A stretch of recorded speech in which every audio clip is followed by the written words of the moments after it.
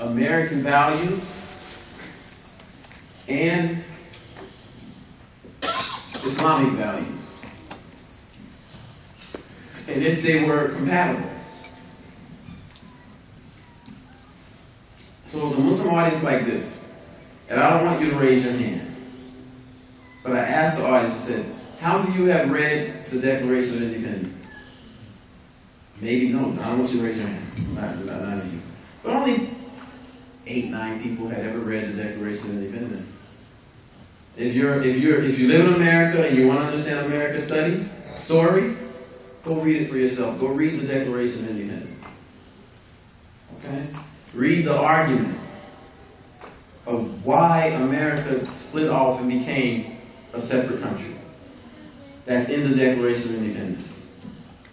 Its argument against the oppression of the King of England and why they were saying, okay, we're not going to accept this anymore. Go read it. Then, go read the Constitution of the United States of America and all of the amendments. And don't just listen, don't judge America by whoever might be in office at one particular point in time. I want you all to understand that. How many of you have ever heard of Medgar Evers? You ever heard of Medgar Evers? Medgar Evers was a college student who wanted to go to college back during the Civil Rights Movement. And the governor of the state showed up at the college to try to intimidate him into not attending. But the Constitution was on his side. There was a young African-American girl in Arkansas who was going to be integrated into an all-white school. And the National Guard had to come out with machine guns to escort the little girl into the school, while onlookers sat up there and yelled racial slurs and yelled all these things at her. The Constitution was on her side. I want you to know that in the history of America, a sitting American president refused to sign anti-lynching legislation because it would hurt his political capital and he may not get elected the next time around. He refused to sign into law legislation that made lynching, hanging other human beings, a crime.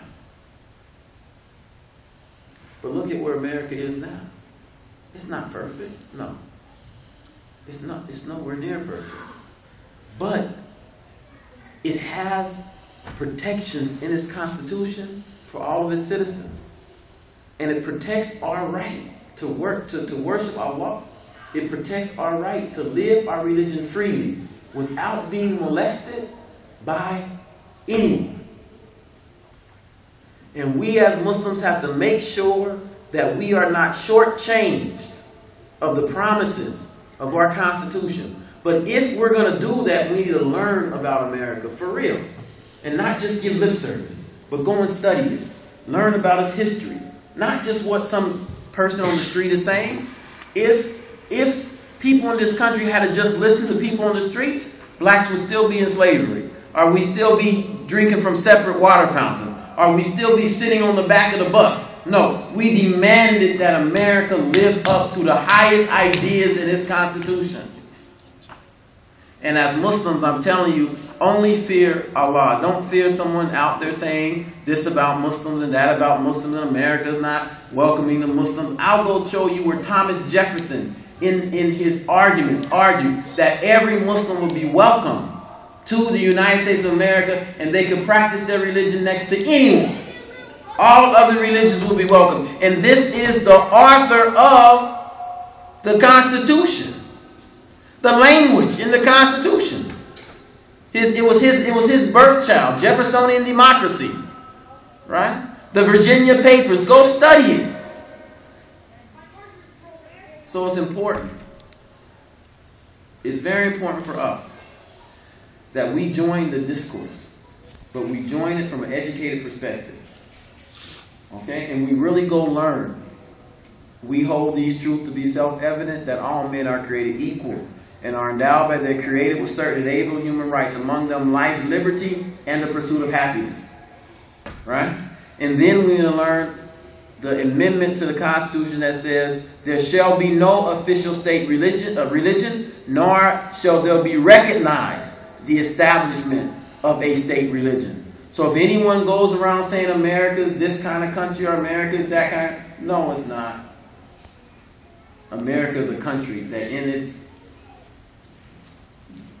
its founding ideas wanted liberty, wanted justice, wanted happiness, wanted men to be viewed as equal, and also didn't want any one religion lording over others and being the official state religion. Why is this important? Because whoever gets elected or does not get elected, we have to make sure that whoever's in office, they live up to the ideas of the Constitution. And we constantly challenge them.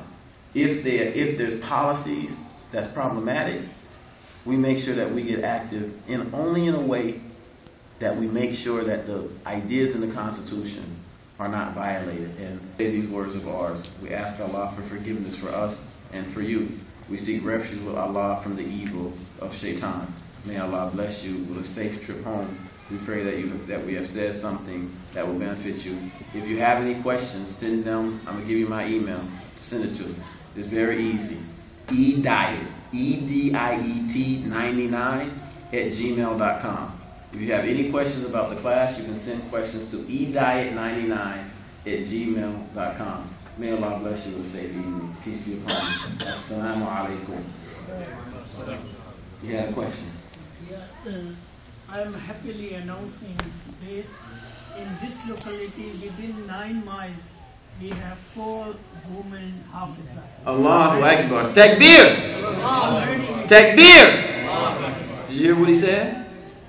He said within a 9-mile radius, we already have 4 women Hafiz of Quran. Excellent. May Allah double and triple and quadruple that. Inshallah. Thank you all for your time. Assalamu alaikum.